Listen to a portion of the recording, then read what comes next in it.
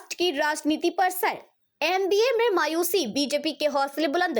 देश में हुए विधानसभा चुनाव के नतीजे पूरी तरह से बीजेपी के पक्ष में रहे।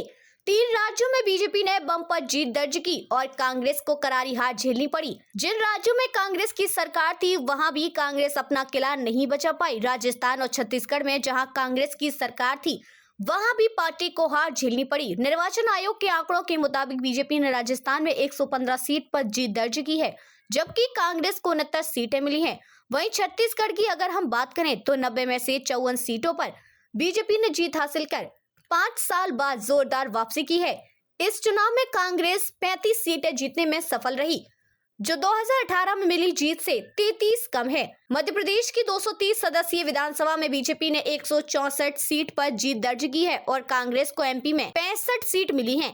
एमबीए के नेताओं में मायूसी, बीजेपी की जीत का असर महाराष्ट्र की राजनीति में भी देखा जा रहा है। एक तरफ जहां कांग्रेस की हार से एमबीए के नेताओं में उदासी है, तो वहीं दूसरी तरफ बीजेपी के हौसले बुलंद हैं। एनसीपी प्रमुख शरद पवार ने कहा कि हमें अनुमान नहीं था कि ऐसा रिजल्ट आएगा।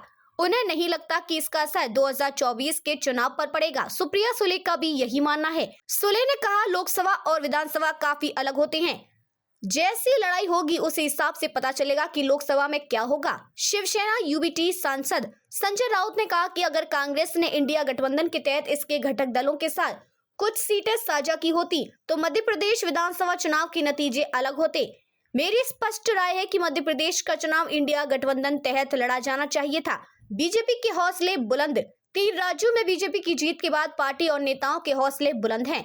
महाराष्ट्र के डिप्टी सीएम देवेंद्र फडणवीस ने कहा कि एमपी, राजस्थान और छत्तीसगढ़ के विधानसभा चुनावों में बीजेपी का अच्छा प्रदर्शन दिखाता है कि लोगों के दिल में क्या है और 2024 के लोकसभा व राज्य चुनावों में इसका दोहराव होगा। वहीं महाराष्ट्र बीजेपी अध्यक्ष चंद्रशेखर बावनकुले ने बीजेपी की जीत पर कहा, जनता ने तुलना की है। एक तरफ कांग्रेस पार्टी का 65 सालों का अनाचार, दुराचार और भ्रष्टाचार, वहीं दूसरी तरफ मोदी जी के नेतृत्व में गरीब कल्याण और देश कल्याण की योजनाएं बनी है। जनता का विश्वास मोदी जी पर है।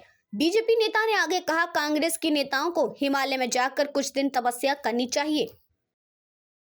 अगर आपको हमारी वीडियो अच्छी लगी हो तो वीडियो को लाइक करें और चैनल को सब्सक्राइब करें और ताज़ा खबरों के लिए जुड़े रहिए मुंबई हलचल के साथ।